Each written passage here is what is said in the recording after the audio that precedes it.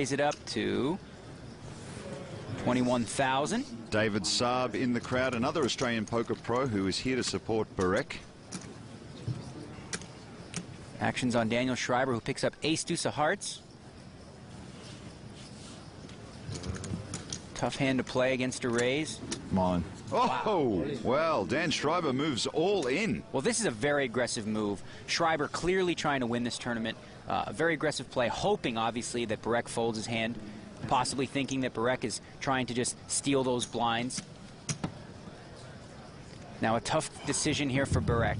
Maybe it's my mistake, but I'm gonna call. And he will call. And it is not a mistake in this case. Yes! Ace-queen way in front. As you see the percentages, 69% for Burek. Yes!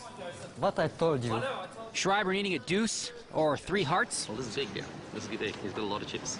Or a little deuce on the flop.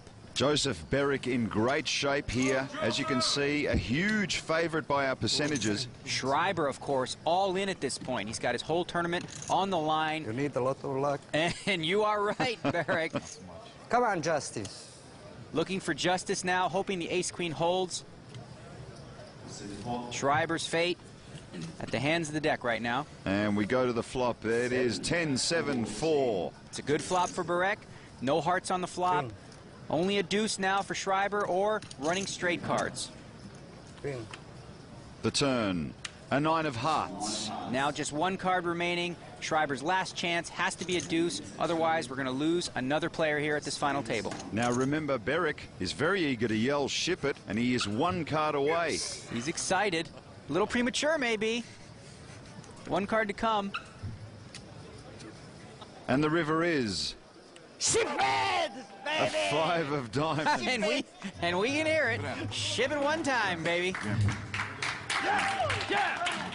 So Dan Schreiber, the most decorated player at the table, is eliminated in 8th place. But fortunately for him, he doesn't have a very far ride home. Well, in hindsight, obviously, you look at the play. He got his money in with the worst hand, but he was trying to be aggressive. He just had some bad timing on that hand. We are down to 7 players now, thanks to our new chip leader, Joseph Burek, who has over $500,000. I told you when I put my money in, I want to be sure to am up front, not behind.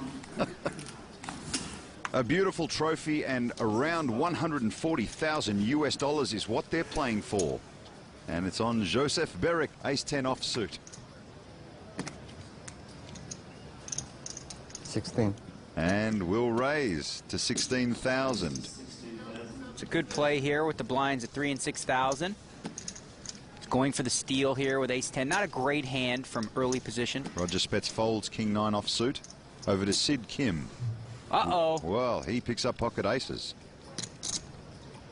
I'm all in. And no nonsense from Sid Kim. No, he doesn't decide to make a small raise. He just goes for it all, hoping maybe that Burek has a hand like queens or jacks and is going to call him. And Sid Kim would be all in for his entire tournament life here. But if you're going to be all in, having aces, not a bad spot. Can you counter ship?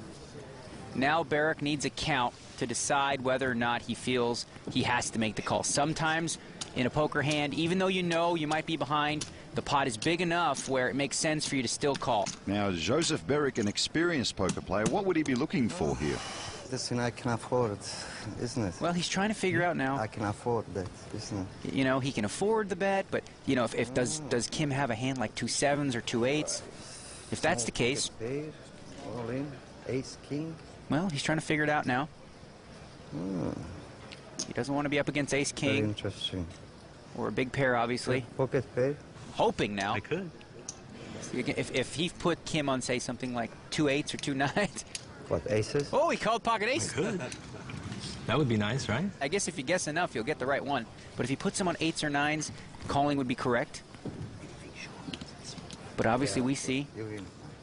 And he will let it go. A good fold from Joseph Burek.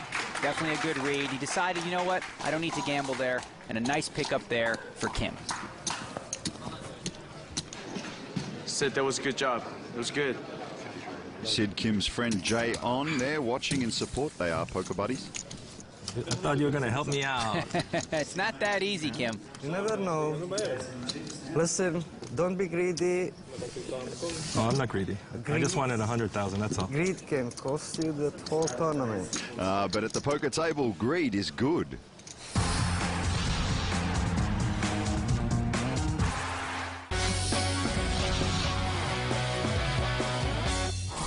Welcome back to Seoul and the PokerStars.net Asia Pacific Poker Tour. There are 7 players remaining at our final table. Who will take home the 140,000 US dollars? Let's get the cards in the air. Thank you, Angela. So far, it has been an action-packed table. And there is Roger Spetz, who is looking to get into the action. Hasn't played many hands so far. Picks up an 8-9 offsuit. Not going to play that one. And the action folds around to Ziv Bakar. We can only see a jack there. The jack of clubs and something else. But he's going to raise.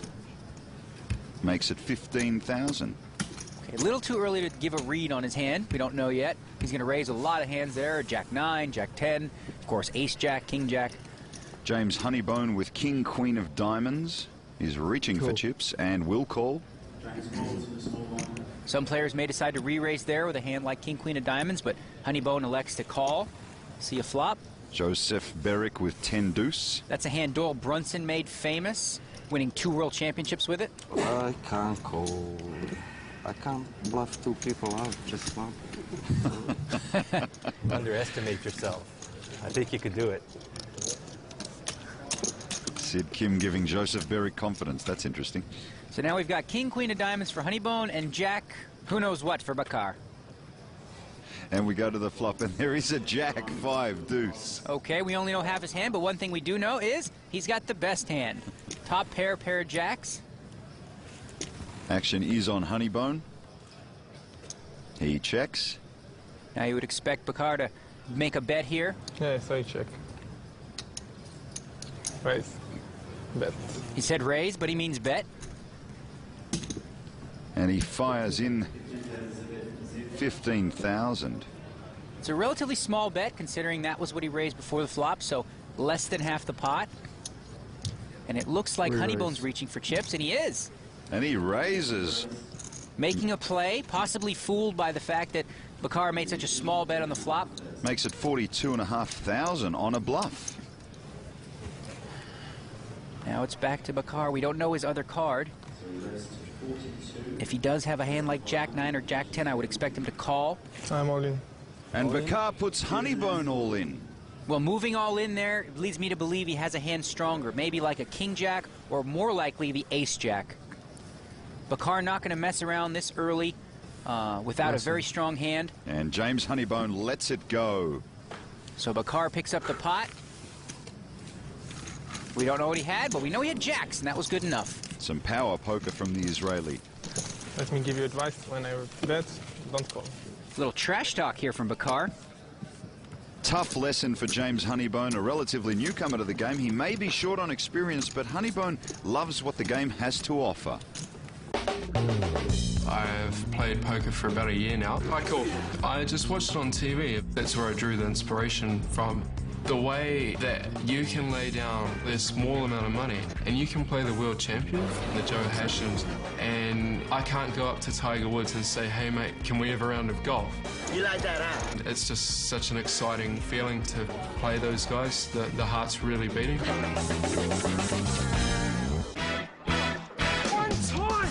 I'm from New Zealand, and we kind of have a big association with sports as well as sheep, obviously. I'm definitely on the upward swing right now, just across all forms, whether it be online or live tournaments. You're a cruel dealer, you know? You're a cruel dealer.